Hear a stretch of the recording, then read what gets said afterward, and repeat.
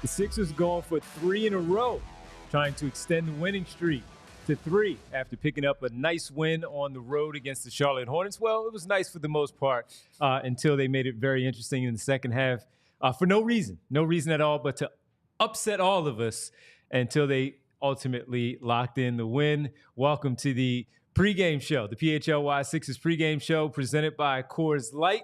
Visit CoorsLight.com/PHLY basketball to get Coors Light delivered or find a store near you. Alongside Rich Hoffman, I'm Devon Givens. JP back with us, as we said, for the remainder of the week. And all of you in the chat, we appreciate you joining us on this cold Wednesday. It's cold outside, man. I can't stand it. That's why I got the Scully on. I can't deal with it, Rich. It's already cold, and it's only this early part of December. But with that said, we have a game tonight, Sixers and the Orlando Magic. Second night of a back-to-back for the Sixers. The start of a 2-game home series with the Sixers hosting the Magic tonight and Friday before hitting the road for an afternoon affair against the Chicago Bulls on Sunday. But before we get started, I want to tell everybody there's about an hour left in the extended Black Friday, Cyber Monday sale. This is it. Of the Die Hard. Sign up for the subscription and become a member of the community. $36, $36. And you still get the shirt included to sign up to become a Die Hard member. Just 1 hour, 57 minutes. My apologies. Let me be correct. 57 minutes until the end of this wonderful sale that's been going on. We've had so many people, Rich, that have signed up to become Die Hard members. You get to be a part of the Discord. You get alerts about things that we do as far as events go. You get a shirt when you do sign up, and you get exclusive opportunity to read some of the great writing from Rich with his daily newsletter, the game stuff from each beat. All the beats, including tonight with the Sixers taking on the Magic from Kyle and Derek. Get to write about that. And you get, again, access as a Die Hard member to make sure that you jump in on that. But you have to be a Die Hard member to do so. 56 minutes left to sign up. $36. That's like 3 months. I mean, $3 a month to sign up, exactly, man. $3 a month, man. So there you go. $3 a month to sign up to join our community, to be a part. You're already a part of the family, but why not extend it a little bit more? And maybe you want to do so for a family member or a friend of yours, a colleague maybe at work, that you want to have them have this great opportunity to be a member of the Die Hard program. So once again, allphly.com. Sign up, $36. You won't be disappointed.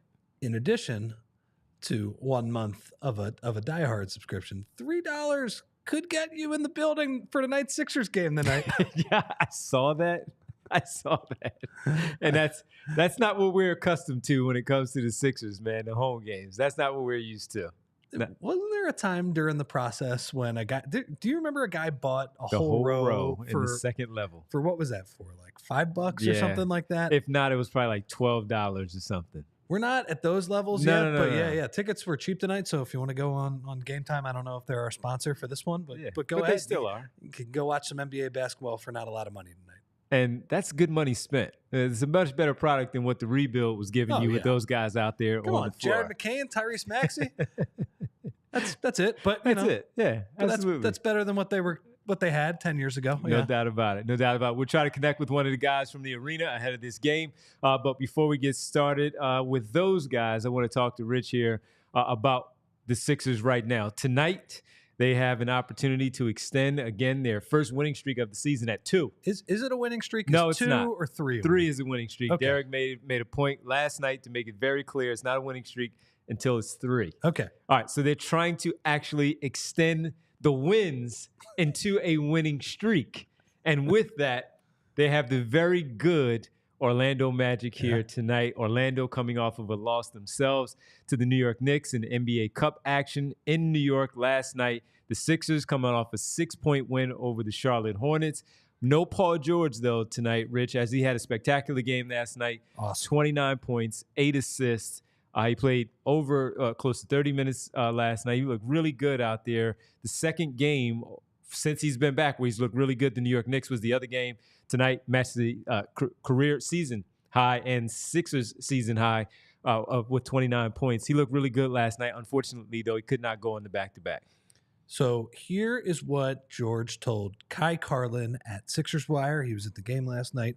Here was his quote after the game was over, so maybe he didn't know he was going to play. My guess is he did know he was not going to play, but here's what he said. I want to play. I'm a little sore, so I'll see how I feel in the morning, but I 100% want to play, especially with how we're playing right now. Absolutely. So, Devon, I am of two minds on this one. Number one, I would say is understanding, right? It was his second game back. PG played 37 minutes, so the minutes restriction wasn't much of a thing this time. Played him 37 minutes, needed him to play all of those 37 minutes, as you said, at a really high level. It was very encouraging to see him put that performance together. Completely agree with however Kyle put it last night. That's just about as clean and efficient of a game, a two-way game as you can get. So that was great. And while I think it's a bummer that he is not trying to keep it rolling tonight, I get it, right? The back-to-back, just a few days after returning from a decent-sized absence, probably not going to happen. On the other hand, Devon, these guys are still very much, what are they, 5-14 right now? Yes. That's still not a very good record, and they are not in the position where where at least it feels great to be lessening your odds to win the night. I'm not saying they can't win the night, but I'm just saying with Paul George, that clearly makes a huge difference both on offense and defense. As Kyle also said last night, the way you dig yourself out of this hole is that the stars get on the floor and then the stars start playing like stars. You don't have one of your stars tonight with Paul George. So I guess I'm of two minds on this, but on the other hand, I did kind of expect him to sit this one out at least. I mean, I think we can have a conversation in a couple weeks here on, okay, like maybe you do need to start playing some back-to-backs just so you can salvage this season and, not fall too far behind.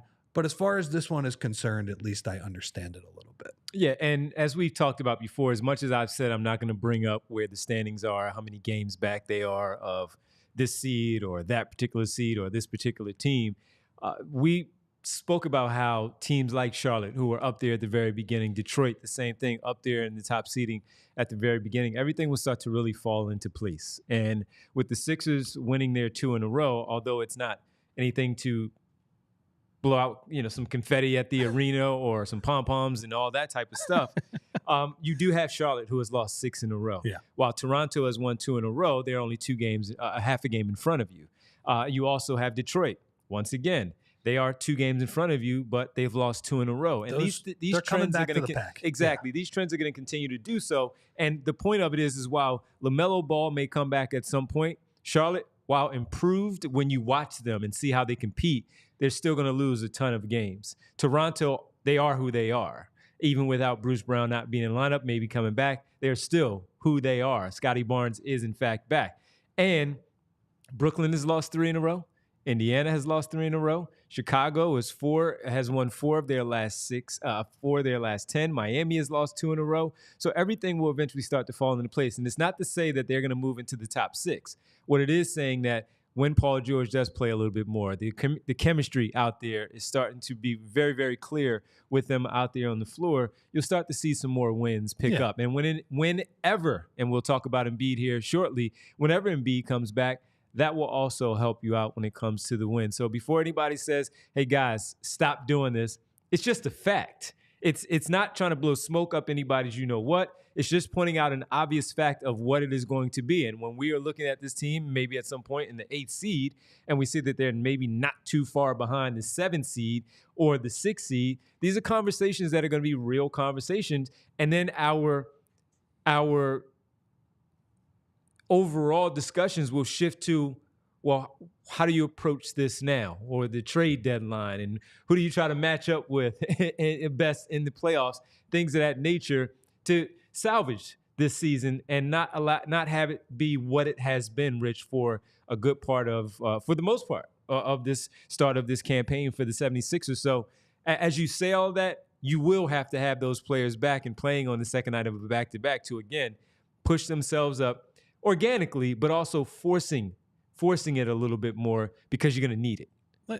Like you said, there are a decent amount of teams that are ahead of them right now that are going to sink because either they're not good enough or they actually want to come back. They don't want to be good enough. I think the Brooklyn Nets are the prime example of that. Sure. Sean Marks, he's doing the Sam Hinkie special. He's tearing his whatever hair he has left out. What are we doing? Nine wins already? Yep. Dennis Schroeder, slow down, buddy. Yeah. Sit Cam Thomas down. Although he might help you win. He might help you. Tank commander. Yeah, exactly. But the other half of that is the Sixers need to actually start stringing some wins together. 2 in a row, while not a winning streak technically, good start. Also with Paul George playing well. It did, man, thank God they got that win last night, though. That would have been a really rough one. That was a frustrating one. And if that flowed into Paul George sitting out tonight's game, that wouldn't have been good. So really nice job by Paul George to salvage that game. I'm with you. But look, right now he is still coming back from that injury, and I was basically already just expecting that they're going to sit him down tonight, and the Sixers are going to have to make this work. I mean, we were sitting here a week ago tonight saying, I don't think they're going to get a win over the Houston Rockets with pretty much this same crew. Mm-hmm. They came close. Yes, they did. They gave us some free basketball that night. On the second night of a back-to-back. Well, for Houston. For the Rockets. Yeah, the Sixers had the rest advantage. Yeah. But the good news for the Sixers, they are on the second half of a back-to-back tonight, but they're at home. Mm-hmm. And Orlando, they are also on the second night of a back-to-back. They got their butts kicked by your New York Knicks last night. Mm-hmm. So, their starters disadvantage. And their starters played last night. They didn't take it easy on the starters. I saw 39 minutes for, I think it was Jalen Suggs. You saw high 20s for a good majority of those starters as well. So it's not as if, Rich, they were just, all right, well, this game is over with. Let's sit down in the fourth quarter. No, Jamal Mosley had them playing, maybe because it was the NBA Cup. They wanted to try to get it's a cup. Yeah, you got to get those points, and you had some blowouts before where it helps your point differential, where you could probably still make it in there.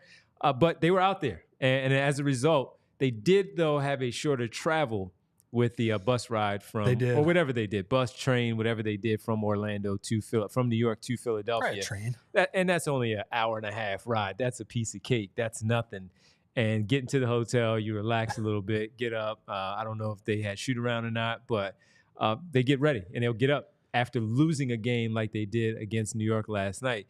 They may not take it lightly, take the Sixers lightly here tonight. Be funny if they took the mega bus down from. That would be great.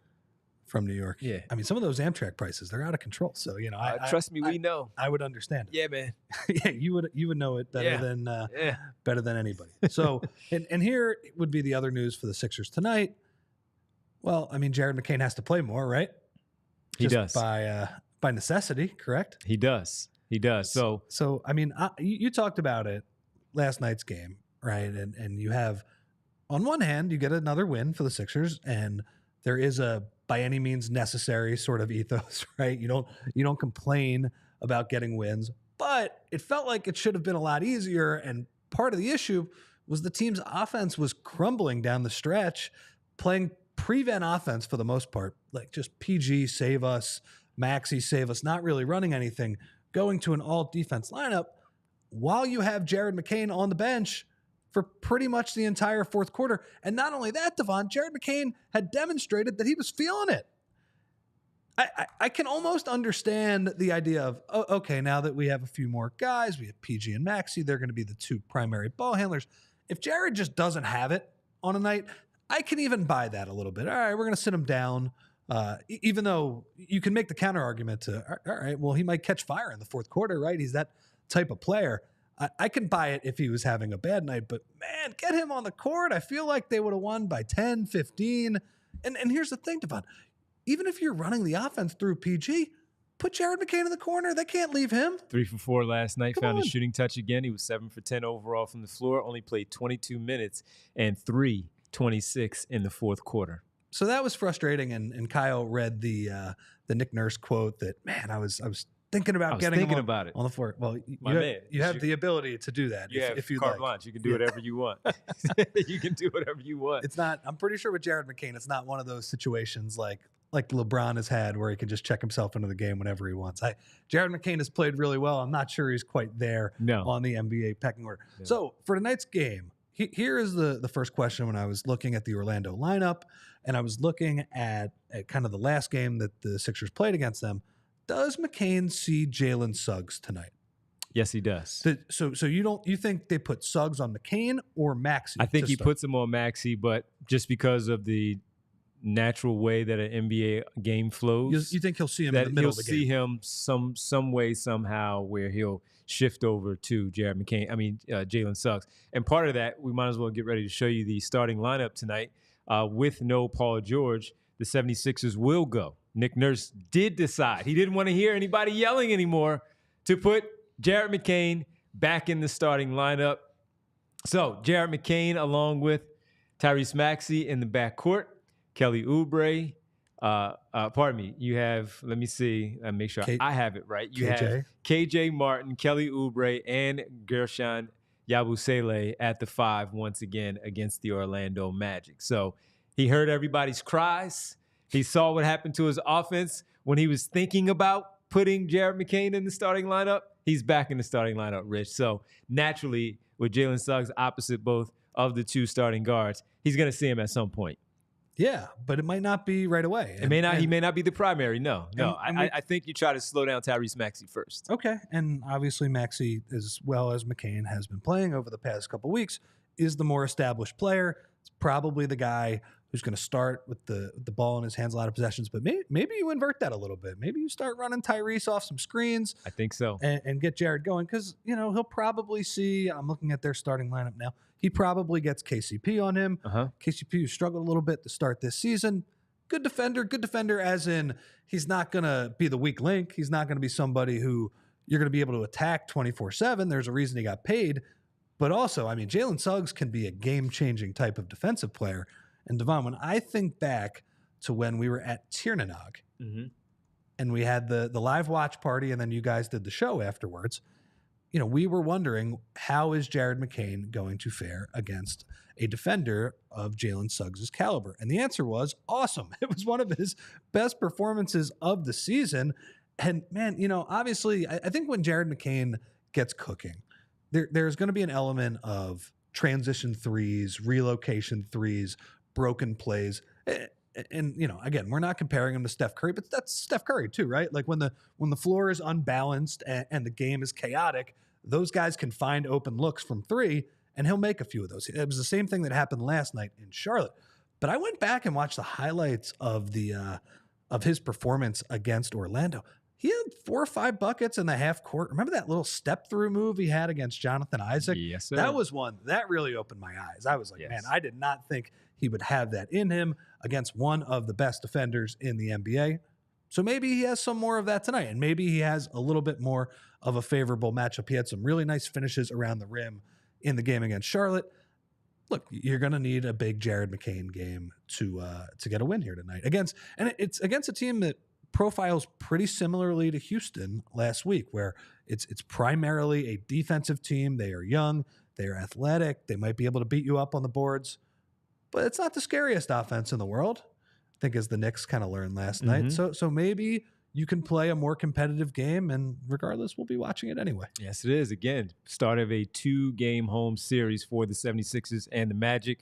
Game 1 tonight. Friday, game 2, also in South Philadelphia. There was an update on Joel Embiid as well. Paul George out, but you're starting to see again when players are coming back. Kyle Lowry, while he is out tonight, starting to see guys get back into the lineup. Caleb Martin, Kyle Lowry coming back. Paul George playing last night. Also, the one you're waiting for is Joel Embiid, and a consistent look from Joel Embiid. And Nick Nurse did have a pregame availability. As always, he was asked about Joel Embiid, And JP, let me know if we're good to go on that clip, and we'll run that clip and let everybody know what he had to say. This is courtesy of Kyle Newbeck, of course, from the PHLY Sixers podcast. And with it, talked about Embiid being ready to get back out there on the floor, possibly sooner rather than later. And if people notice, when it was put out there about his injury, it's no longer personal reasons and knee load management. It's just knee load management. So that's a good sign that the personal reasons seem to be okay. Whatever it was, whatever the speculation was, it's all good. Now, let's let you hear what Nick Nurse had to say about Joel Embiid's update.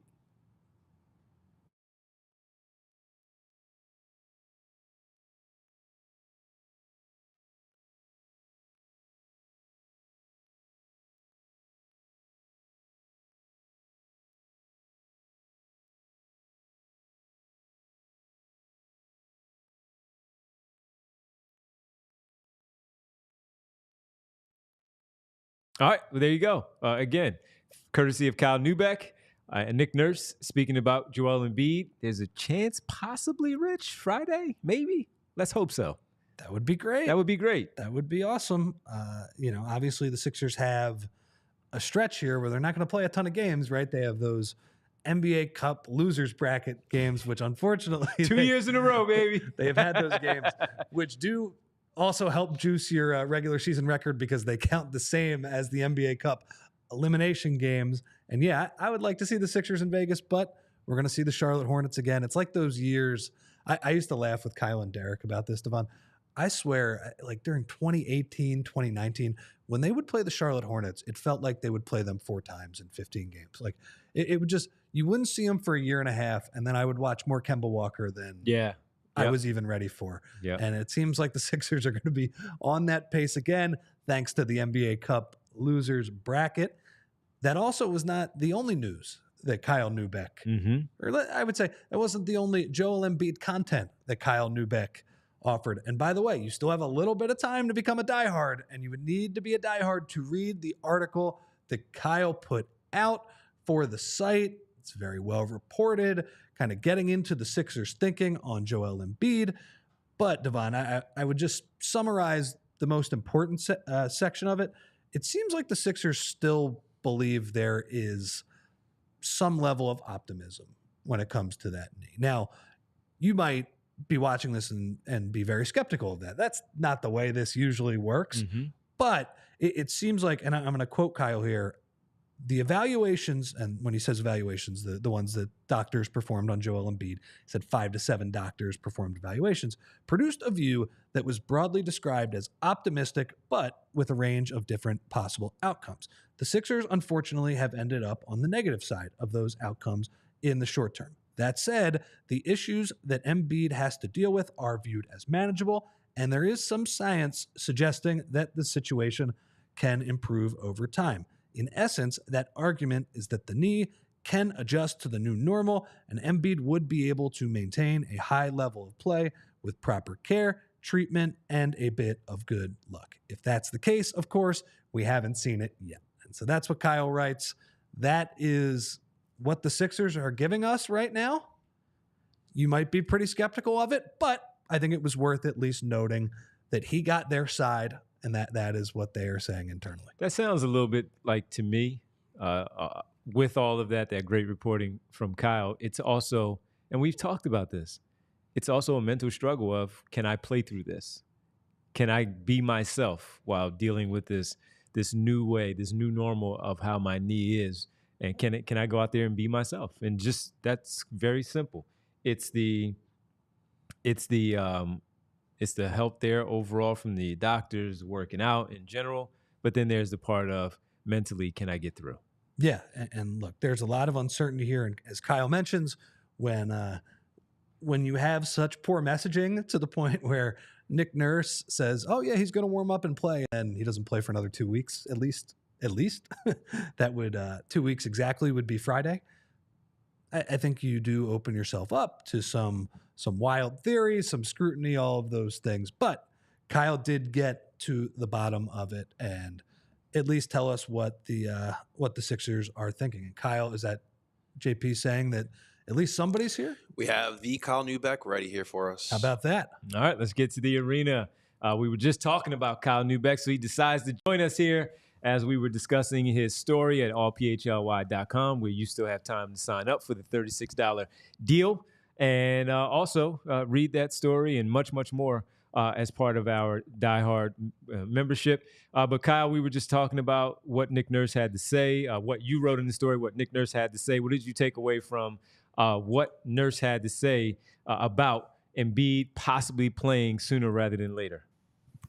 I mean, what I would say is that he basically did a good job of promoting my story, where it just seemed like it's the same disconnect we keep talking about, where no one is willing to be like, yeah, this is definitely going to happen and we'll definitely have him. It's just a whole lot of, well, yeah, he might be back, and yeah, he got out on the floor today, and we're going to see how his body responds, and how his knee looks tomorrow, how his knee looks on Friday. And so, I mean, as far as I can tell, it's status quo. And I think the toughest thing about this whole situation with Joel is it is a thing that you basically have to wake up every day and see, how are you doing, Joel? How does it feel? Are you able to go? Is it swelling? Is it, is there pain? What are you dealing with on a day-to-day basis? And I'm sure it's frustrating for him, number one, but it's certainly frustrating for all of us and all the people coming to games, watching the team, all that, to try to get a handle on, when are we ever going to see this guy play? Hopefully everyone is fortunate and that happens on Friday. That would be good. Kyle, let's get to tonight's game. It looks like Jared McCain is back in the starting lineup. Nick Nurse didn't want to deal with the criticism a second straight day. As you said, Kyle, order restored. What do you think are the keys to beat this Magic team? It seems like I was talking to Devon a little bit. Pretty similar spot to last week against Houston, another super athletic kind of defensive team. What do you think is kind of the big thing that the Sixers are going to have to do tonight against these guys?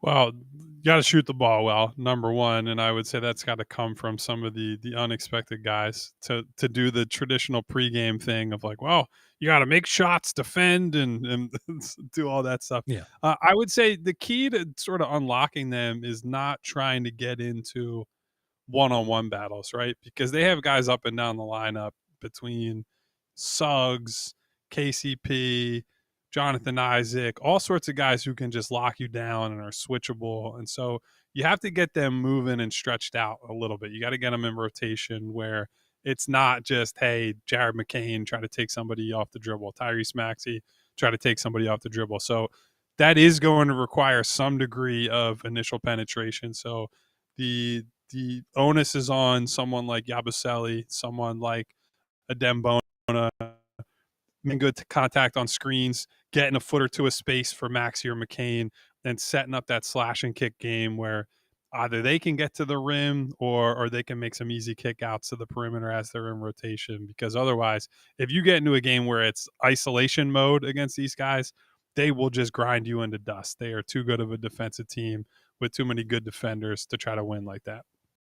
Kyle, last one for me.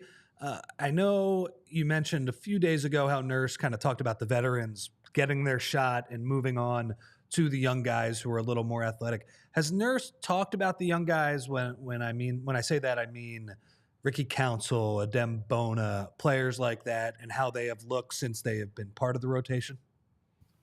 So not as much about Ricky today. I know after the Houston game, after the Detroit games specifically, he talked up Ricky quite a bit. But with Adem, we got to talk about him a little bit pregame tonight, and the message from Nurse has just been, you don't have to be anybody that you're not, right? All they expect from him, all they want from him is to come in the game and give them energy and play hard. And that's, around the rim on both ends. I think he only had a rebound or two last night. So that's something that they probably want to see more out of him. But as long as he's making contact on guys, boxing out and creating some space for the other guys in the rotation to get rebounds, and they rebound well as a team, I don't think they're as focused on that. I think they just want to see activity, running the floor, setting hard screens, and getting downhill. So we've seen a lot of that so far. Hopefully we see it again tonight.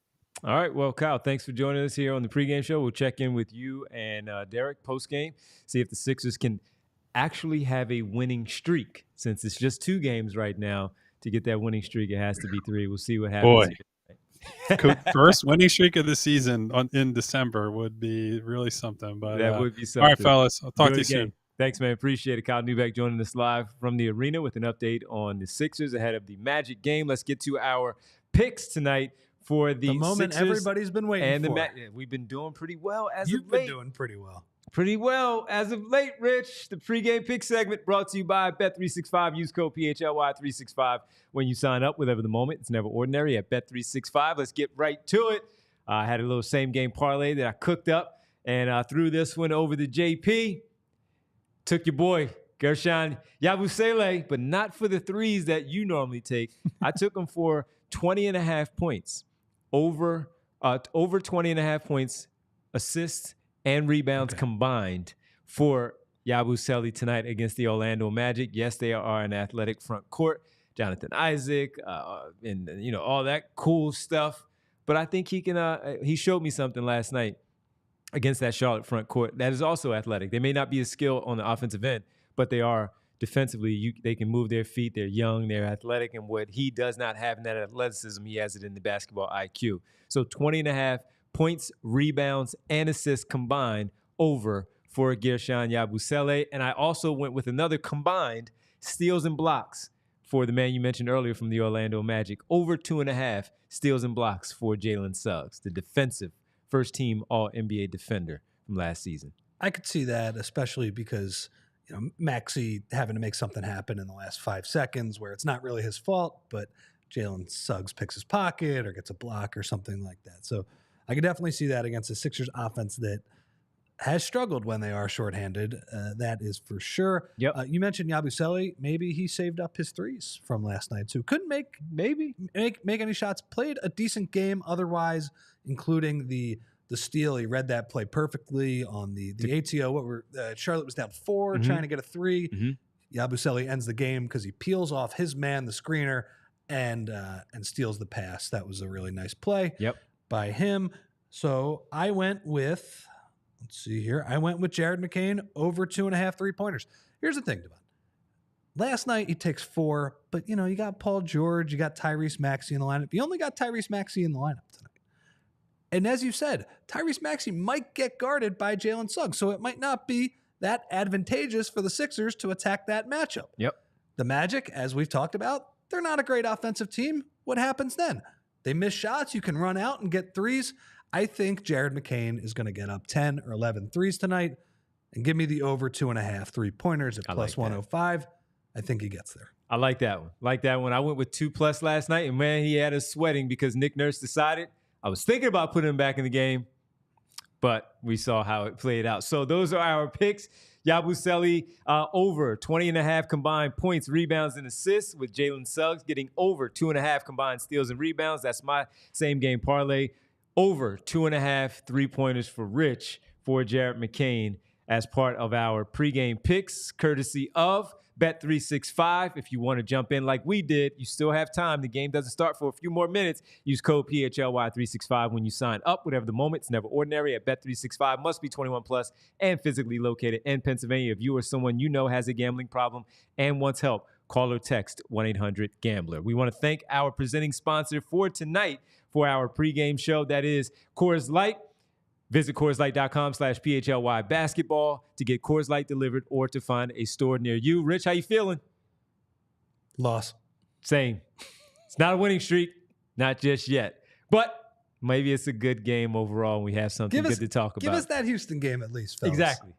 Give us some competitive basketball. That would be nice. Yeah. I think it's possible that they do that. So. All right. Well, we'll see how it goes for Rich and JP. We thank you for hanging out with us. Make sure you come back after the game to talk about the Sixers and the Magic, win or loss. We'll discuss it post-game right here on the PHLY Sixers podcast. See you then. We all silly like the mayor.